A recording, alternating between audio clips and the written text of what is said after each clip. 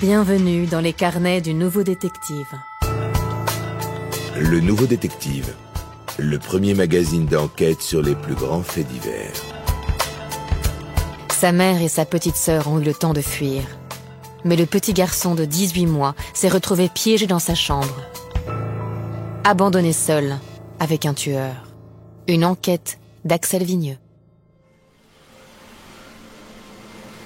De mémoire d'habitants, on n'avait jamais vu ça. Une véritable scène de guerre. Dans le ciel de la ville de Joliet, en banlieue de Chicago, les oiseaux ont fait place aux drones qui bourdonnent à faible altitude. L'enfilade des petites maisons cossues, en briques et bois clairs, est figée par l'angoisse. Depuis que les camions blindés de l'unité d'intervention d'élite de la police ont fait irruption dans ce quartier tranquille, chacun se calfeutre chez soi. Les squads d'hommes cagoulés, couverts de kevlar de la tête aux pieds, les mains serrées sur leurs fusils d'assaut, se déploient sur les pelouses.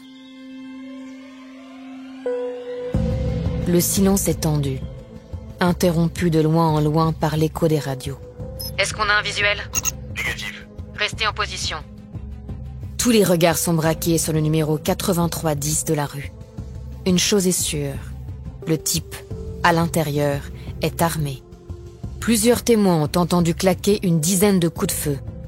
Les négociateurs sont sur les dents. Le fixe ne répond pas. On a son portable ? Il faudrait demander à sa femme. Sa femme, c'est Cassandra Tanner Miller, qui est en pleurs, à l'arrière d'un fourgon blindé, le nez fracturé, les yeux injectés de sang, les joues déjà bleuies par les hématomes.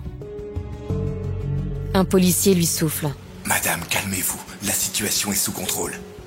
Pour toute réponse, Cassandra lâche un cri déchirant. Ce dingue tient mon bébé. Rien ne présageait que ce samedi tranquille allait tourner à l'opération Commando. Quand elle est rentrée du supermarché sur le coup de 14 heures, Cassandra Tanner Miller avait, comme souvent, ses deux bras pris, son bébé Colton d'un côté, ses provisions de l'autre. C'est avec le pied qu'elle pousse la porte d'entrée. Heureusement, sa fille de 9 ans, Cameron, est là pour l'accueillir. « Tu peux poser tout ça sur la table, ma puce. Je monte coucher ton frère, il est épuisé. » Quelques secondes plus tard, le petit bonhomme est couché, bordé dans son lit à barreaux du premier étage. Quant à la jeune Cameron, elle est partie jouer dans sa chambre. Après avoir rangé les courses, Cassandra aura-t-elle enfin droit à quelques minutes de répit? Qui sait? Les conserves? Au placard. Les céréales? Hors de portée des enfants sur l'étagère du haut. Depuis qu'il se tient sur ses deux pieds, Colton serait capable de les attraper. Soudain, alors qu'elle ouvre la porte du frigo, Cassandra se raidit. Par la fenêtre de la cuisine, elle vient de voir une silhouette passer, aussi massive que furtive. Mon Dieu, c'est son mari Christopher. Le juge lui a pourtant interdit de l'approcher. Voilà 2 ans que Christopher, capitaine de la garde nationale, est tombé dans l'enfer de la drogue. Cassandra a tiré toutes les sonnettes d'alarme, imploré l'armée d'agir, d'imposer un suivi psychologique à son conjoint, mais rien. Même lorsqu'il a salement tabassé un client dans un bar l'année dernière, il a suffi à Christopher de montrer ses galons pour s'en sortir. Ses supérieurs hiérarchiques n'ont pas bougé. Il a fallu que Cassandra saisisse la justice pour obtenir que Christopher quitte le domicile conjugal et soit interdit de visite. « Je t'interdis d'entrer !» Trop tard, même pas le temps de mettre un tour de clé. Christopher a déjà forcé l'entrée. Il se tient dans l'encadrement de la porte, immense, un mauvais sourire aux lèvres. Sur ce visage qu'elle a tant aimé, la jeune femme ne retrouve rien du doux géant, du bon père de famille que son mari était autrefois. La drogue est passée par là, l'a rongée, transformée. Ce n'est plus qu'une montagne de muscles, mue par la haine. L'homme lance en ricanant. Vous êtes prêt à mourir ? Parce que c'est aujourd'hui. D'un bond, il est sur sa femme. D'une droite, il l'expédie au tapis. Sonnée mais consciente, Cassandra voit une avalanche de coups s'abattre sur elle, au visage surtout. Quand ses poings commencent à lui faire mal, la brute saisit un chandelier et frappe aux jambes. Cassandra se sent partir. Mais quelque chose la retient. Les enfants. Que va-t-il leur faire si elle n'est pas là pour les protéger? Alors elle se débat, se redresse, et du plus fort qu'elle peut, hurle à sa fille. « Camerine, attrape ton frère et allez-vous-en! Allez-vous-en !» La gamine n'a que le temps d'atteindre le palier. Déjà, son père a monté les marches de l'escalier. À travers ses paupières enflées, Cassandra distingue à peine la lutte qui s'ensuit. L'énorme bras tatoué, surpuissant, qui prend en étau le cou fragile de Camerine.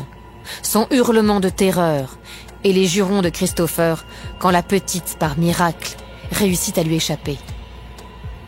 Bruit de course dans l'escalier. Camerine traverse le salon comme une bombe, ouvre la porte d'entrée et jaillit dans la rue. Cassandra, désormais tout à fait aveuglée. Un sifflement sourd dans les oreilles lui emboîte instinctivement le pas. Un genou brisé, la mâchoire et le nez fracturés. C'est une femme à moitié inanimée qui s'écroule devant le policier de patrouille, tout juste alerté par les voisins.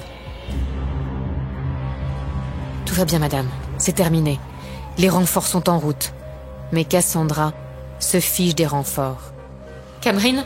Oui, maman. Où est ton frère ? Tu as sorti ton frère ? Mais non, c'était impossible. Camerine n'a rien pu faire d'autre que sauver sa propre vie. Le petit Colton est resté dans la maison. Et c'est alors qu'éclate, dans la torpeur de l'après-midi, une dizaine de coups de feu. Cela vient de l'intérieur de la maison. Cassandra s'évanouit au moment où les sirènes du SWAT résonnent au loin. Le siège va commencer.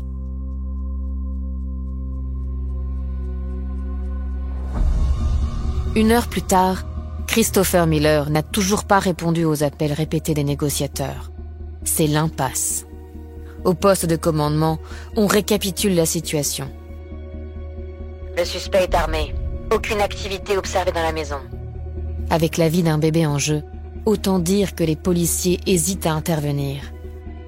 Mais au bout d'une heure, le silence du forcené ne leur laisse plus le choix. C'est l'assaut. Un grand craquement. La porte vient de sauter sous un coup de bélier. Les hommes du SWAT investissent la maison. Cuisine. Cuisine claire. Salon. Salon clair. Escalier. Escalier clair. L'étau se resserre. Alors que les informations résonnent dans l'habitacle du véhicule de commandement, les visages se tendent.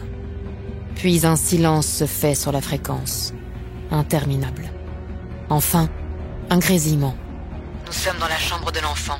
Le suspect est mort. Il semblerait qu'il se soit suicidé. Voilà qui explique pourquoi il ne répondait pas au téléphone.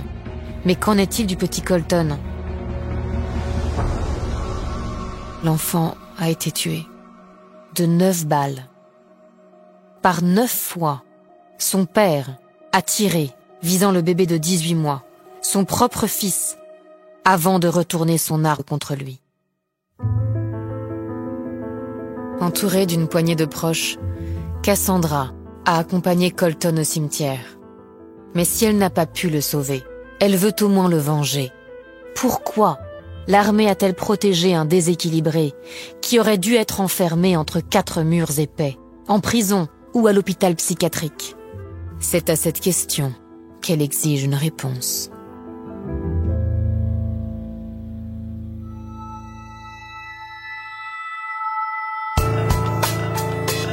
Retrouvez chaque semaine toutes nos enquêtes dans le magazine Le Nouveau Détective et nos podcasts sur lenouveaudétective.com.